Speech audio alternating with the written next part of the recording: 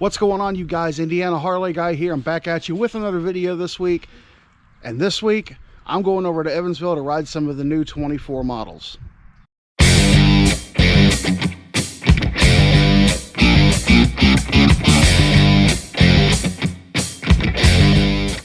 All right, as I said, I'm heading over to Evansville Harley Davidson. I got my rain gear on, as you can see, because it is cloudy. Not raining at the moment, but it's still pretty foggy, and the chance of rain's a little too high for me to risk icing either of my GoPro cameras on the way over there. So I'll meet back up with you when we get to Evansville Harley Davidson. All right, I'm here at Evansville Harley Davidson. Sorry I didn't record anything on the way here. I didn't want to take a chance of icing my GoPro in case it started raining on me. But we're here at Evansville. We're going to go over some of these new improvements on the new road glides and street glides. I'm here with my man Jesse. He's going to go over some of this stuff and explain some of the stuff that he just learned himself for these new bikes. So, Jesse, you have the floor, sir. If you're new to the channel, nice to meet you again. Indiana Harley guy and I have actually been talking pretty much since you started the channel, right?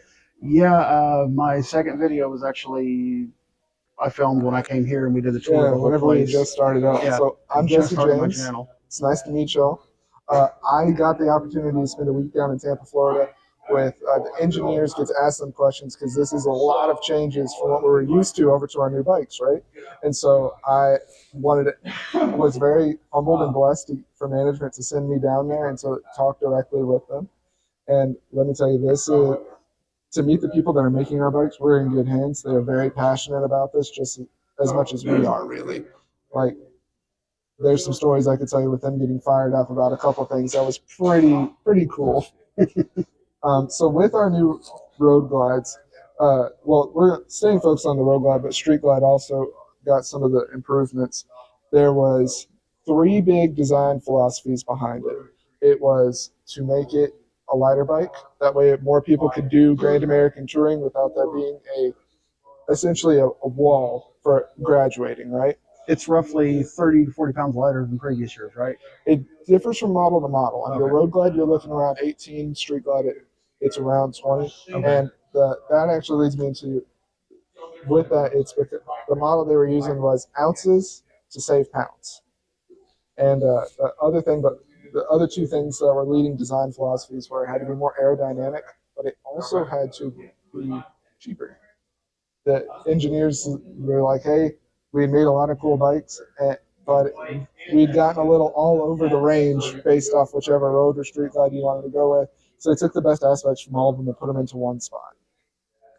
So a couple of things that they did was up here in the front, new wheel design, 5-spoke, but also you'll notice you have a thinner rotors up here in the front. You're still getting that same braking power up into your fairing. This is the one that we were using in Moto King of the Baggers from last year, and is now brought into our main line. So a lot of testing went into aerodynamic just from that, right? Right. But now is on our mainline bikes. New windshield design setup. Staying focused here on the road glide, but I also want to mention that the street glide also has that same aerodynamic setup, just in a different package. So I wanted to bring this up because where we're used to 12 inches being kind of plug and play between the bikes, right? Not anymore. Because of the way they're designed and hooked up, Harley has it right now set up from like a small, medium, and large. On the website, it'll say, hey, this is ideal for if you're this height to this height, and so on and so forth. So definitely check that out. And don't just go out there and say, hey, I need a 12-inch windshield. Make sure it's the right height for you by the people that designed it. I did not know that. I talked with the engineers. That's how I learned it. Well, you gotta love information straight from the horse's mouth. Right, and that was the big thing behind it. So it's information from the horse's mouth where I asked this. Whenever I first saw this, like a lot of us, it looks like it's going to be motorized, right? But it's not. Big shock last year on the 23 CVOs and continuing on now with it. The reason being, because they considered it, and early designs with it, it was going to be a part of it. The reason they didn't was to go back to the thing of making it a lighter bike. They were adding ounces. Right. So it's like, okay, what is the benefit to this? Movable windshield, right? Well, a lot of people that have those movable windshields, they set it and they forget it. They never use it again. And in some cases, people have run into issues with it. I know that is very case by case, but they report a chattering noise coming from it. Just another thing where the bike could be in the shop. So what they did instead was spend the time to make sure that this version of the windshield was the most efficient one coming out onto market for our redesign. But that's why they didn't put the motor into it, because it would just bring more problems than it's worth. The other way that they saved weight is putting the again, antenna instead of in the back, another spot to create drag. They're all here up in the front, having the gauges now with all integrated into our screen. Another way, saving ounces to save pounds, right? Right. The big thing, and I can't believe more people haven't talked about it, is actually right here. Your triple tree is no longer made of steel. This is made of solid aluminum. The same aluminum that we're making all the new trucks in, and well, not us specifically, but trucks have been made that way for a while with that aluminum setup. But also the U.S. military uses it for tanks, so if it's good enough for tanks, good enough for me. Yeah. But the aluminum triple tree up there in the forks, that's where a lot of your weight savings has come into, and when it's made it just such a far more maneuverable bike because of that. The bars, the big talking point for a lot of people, right? It's automatically in a better spot. Yes, it is, and I love the fact you don't have to remove anything if you need to adjust them forward or back. Bingo. Another spot where we can make it a more quality experience for the riders, because on the street glide you never had to, right? Right. It's just on the road glide. So whenever we move the gauges up into the screen, it's like, hey, let's make it easy, because instead of moving this higher up, just move it further down. Right. The other reason we got these really sick bars is the lead designer is 6'6". He said, I'm going to make a bike that is comfortable for me. So with these bikes, that's why it has that maneuverability. Is so, in his own words, he could ride comfortably on the bike he was building. Right. Yeah, that's one thing I liked about it. Whenever I took it out, was I love the position of the bars. It was almost perfect for me. Because it's one thing to customize a bike because you like it. Like for me, I like T-bars. That's my style. But I can ride on my stock lowrider without the T-bars and still be okay. Yeah. I couldn't say the same thing for a stock road glide myself. Yeah. So customization should be because we want it, not because we have to do it for ergonomics. Right. And that's where those bars came into the play. Even if it is an issue, that's where that maneuverability, bring it in. Exactly. So further out, you've got about, I think it's like 32 degrees of motion through there. Yeah. So really nice there. Another spot for weight savings is your gas tank is actually of a thinner metal now. People have talked about why there's this line through there. And that was so you were still getting the same resistance, the same strength from the metal. Yeah, and it's still a 6-gallon tank, correct? Bingo. So not sacrificing in function, but making it more useful, right? But that's why you see those lines. That's actually stress members there. So like think of a notebook, like a paper notebook, where if you put it on the side, all the paper is going to flip out to one side, right? But if you hold it up like this, the paper is going to stay all right there. Same principle. Actually, personally, I like that little aspect. Yeah, it gives it a little bit of a flair, right? Yeah. Your seat is put in it's still a foam seat. There is a gel core seat that's out there for people, but the big thing for comfort is this is put in a way that when your feet are up on the floorboards, your hips are put into a more neutral position. So you're going to be able to ride longer, more comfortably with that setup. Another thing that people have brought up is weight savings in the saddlebag. And that right there, a lot of people have said, oh, that's not great. That's moving around too much, right? Right. It's the material they used. If they wanted it to be where it didn't move at all, they could have. Yeah. But that creates another break point. Yeah. That is designed to be able to do that, and it's not going to move around. So it's a more resilient material that is significantly lighter. I've just ran into a lot of people that have put in speakers in their saddlebags, like, oh, it looks like it's going to fly out every single time. No, if you follow me on TikTok, I did a TikTok of my time down there, and what I did was gentle compared to what they were doing to this thing. Right. Like they said, don't change a light bulb by standing on the bag, but don't worry, it's gonna be okay for everything regularly that you're doing. In the back, you're now getting a full LED setup in the brake and turn symbols as well as up in the front. It's like that was a very expensive upgrade that you're now just getting straight out of the box. Yeah, I definitely do like the lighting in the back a lot better than previous years. I like that it all just comes together at a point there. Oh, yeah. It's cleaner and better look, in my opinion. Yeah. The other big thing with it is this is still our 117 motor that's been redesigned to where it is now true dual cooled. It's the same idea that we've been doing on our full dressers, just now brought over to our mainline baggers of instead of an oil-cooled system, liquid-cooled. They've also changed how it paths across it. I think it's either they went from a circle shape over to a heart or heart over to a circle shape over the ports and the exhaust manifolds. Can't remember which, but it is running far more efficiently. And they did it by putting a thermostat onto one of the spark plugs as they were riding it in the Arizona testing grounds and found that it was significantly cooler than the Road Glide STs from last year. Now for the big one that everybody is, you're either loving it or you're hating it. For our infotainment setup. So with this one, it's all now integrated in there, just like we're seeing on our modern vehicles, right? Right. Like you're on any American vehicle, you're hard pressed to find them with gauges anymore, right? Yeah. It's all set up this way, and Harley is now joining the club with it. The thing I'll hit on here in a second is, well, I'll hit on now, is your ride modes. It does have 4 different ride modes. 3 of them are going to be your the programmed one, with the 4th being a custom mode that you can set up yourself. Take the best of every single one that you like and make your own mode. Right. A lot of people say they just are going to leave it in one mode and forget about it, like they do on cars. Every single one of those modes is specifically set up to react and handle in a different way. Right. So, rain mode, your rider defensive strategy that's running through the bike, it's going to be the most aggressive. It's not going to allow, it's going to be doing everything it can to keep you from slipping.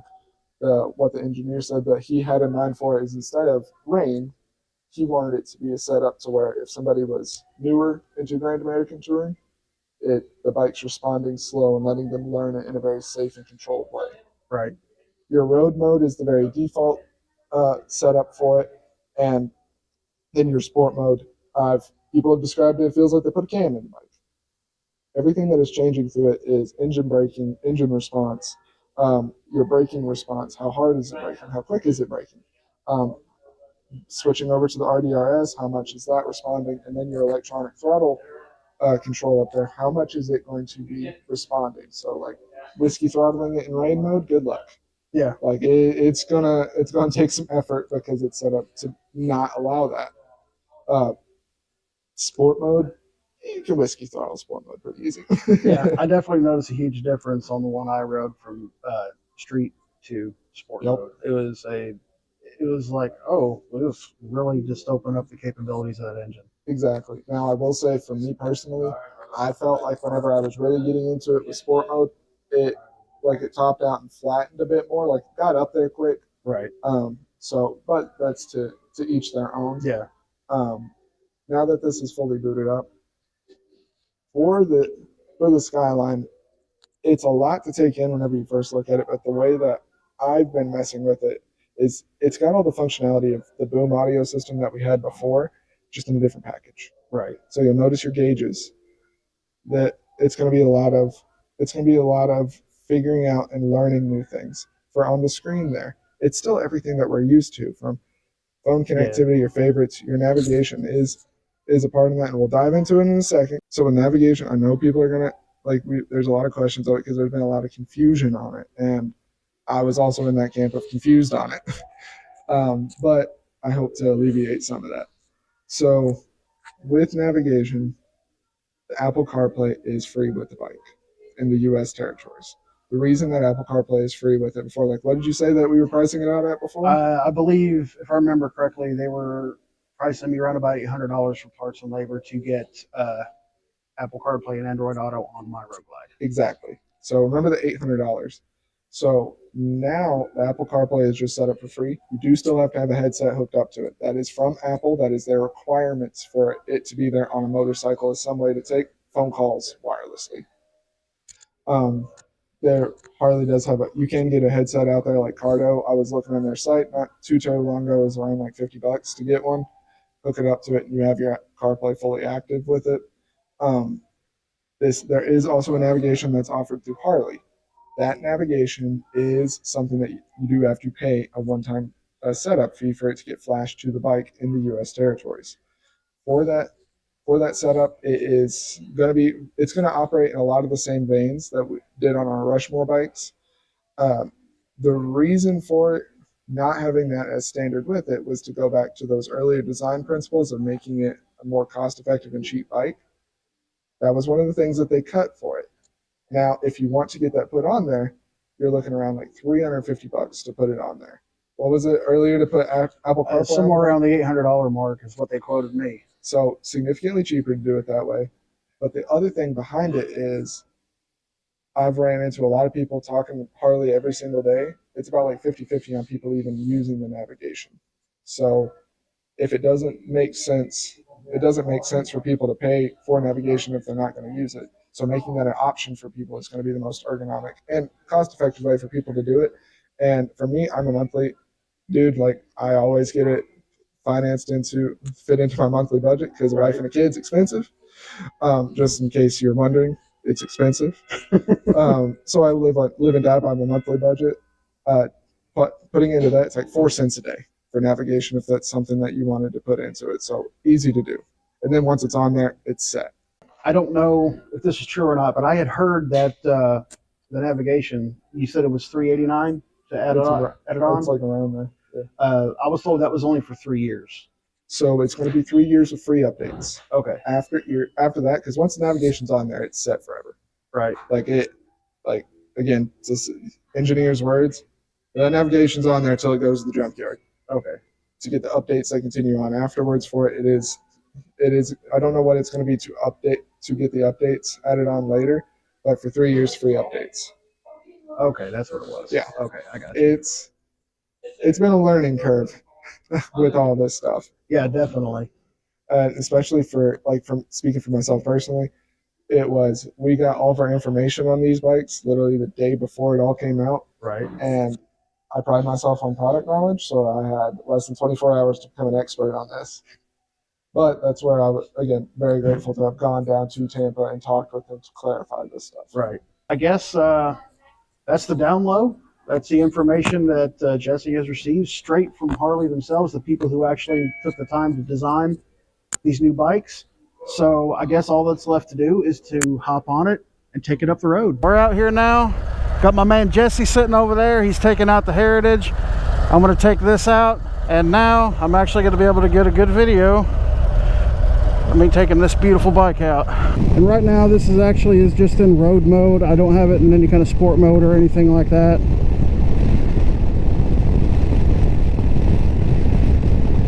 And I have to say, Harley really knocked it out of the park on this bike as far as the comfort and the ergonomics goes for a rider.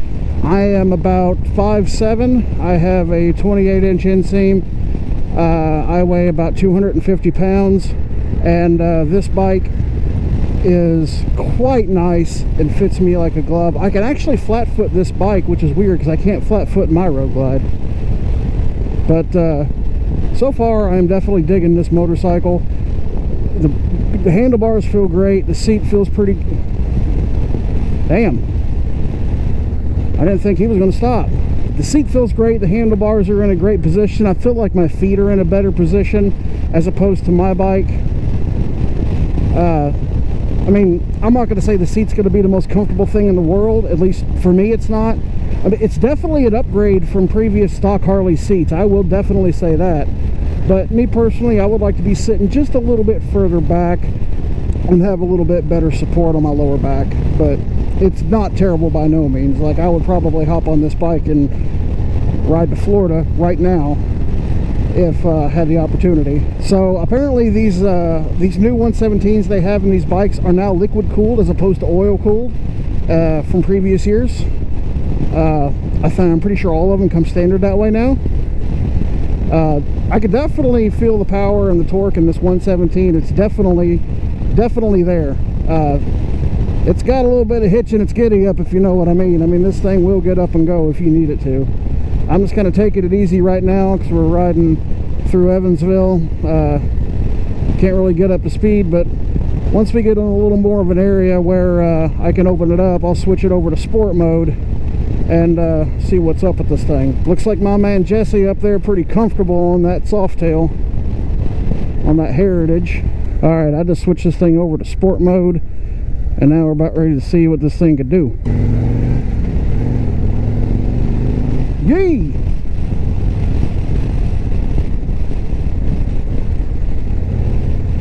will say, sport mode on this bike is a whole nother animal compared to street mode. That is for sure. It really opens this thing up. But that's what old Indiana Harley guy likes. A little bit of danger, a little bit of power, but mostly comfort because I'm old. But there ain't nothing wrong with a little bit of fun every now and again too. And that's what we're out here doing today, having fun test riding these new bikes. Big shout out to Evansville Harley Davidson and Jessie James up there in front of me for allowing me the opportunity to come out and do this video. And thanks again for giving all the information for these new bikes. And again, he got all this information straight from the people who engineered these new bikes. The company flew him down and a bunch of other people down to Tampa, Florida to give demonstrations on the new bikes and to go over the new aspects of them and why they did some of these new things that people are wondering about, like why did they do this, why did they do that.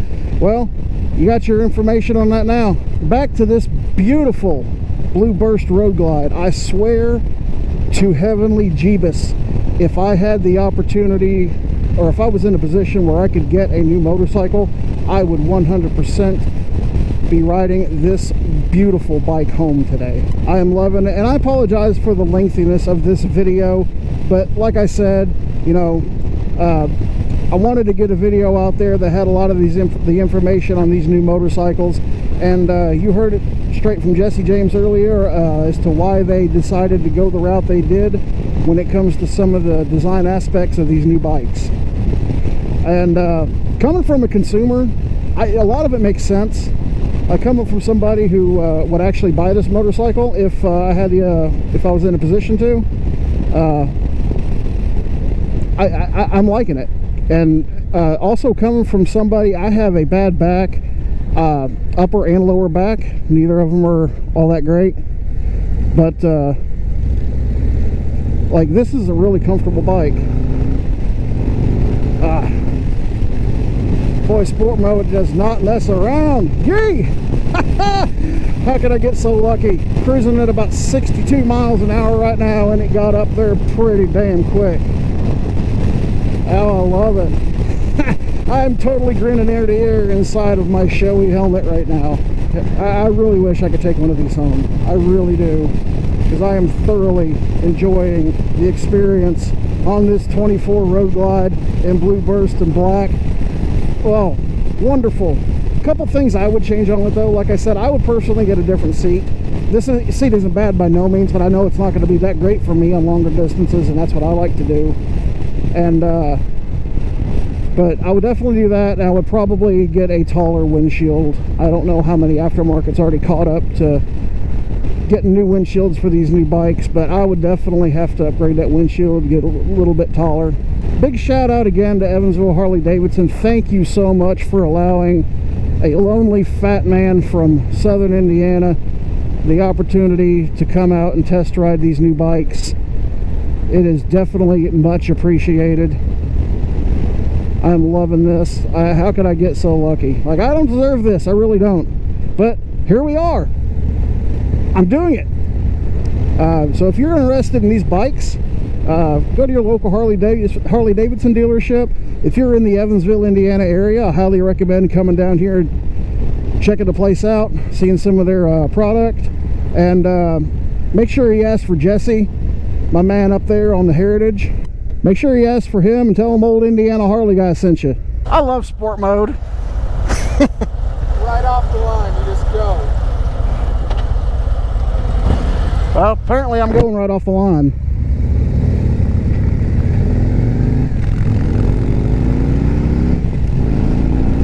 Yee-hee! Oh shit. Yeah, buddy. This thing will definitely get out of its own way if you ask it nice. You don't even have to ask it nicely. You can tell it not to, and it still will. This thing will definitely get out of its own way. Like I said, big shout out to my man Jesse over there on the Heritage. I definitely appreciate the opportunity. I feel like I don't deserve opportunities like this, but yet here we are. And I think we're getting ready to pull back into the dealership here in a few minutes. Again, big thanks to Evansville Harley Davidson and Jessie James for allowing me the opportunity to come out and do this video for you guys. It's definitely much appreciated.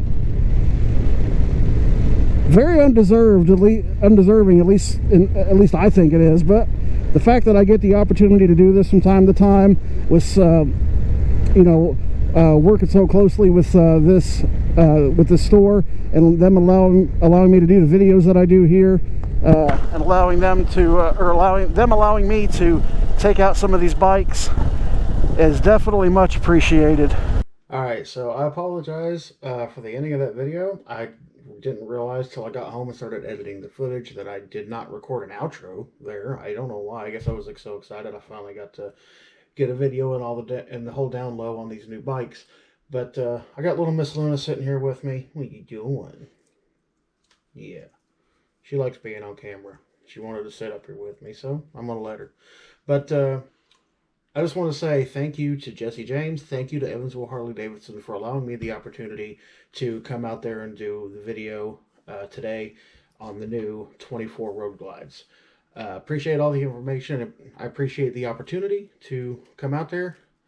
And what, you want down? Okay, you just want to lay here. Anyway, sorry about that. But I appreciate the opportunity to come out there and make the video, this video for you guys. Thank you so much. I feel blessed that I'm able to work with them and have the opportunities to come up there and do the videos that I do up there. But can't say enough about the place. Great customer service, great place. Go up there if you're interested in one of these new bikes. Go up there, ask for Jessie James. Tell them Indiana Harley guys sent you. And I'm going to go ahead and end this video here. But I appreciate you guys watching. Hit that like button, hit that subscribe button, and as always, be sure to ride safe. Have a good one, y'all. Say bye, Luna. Say goodbye.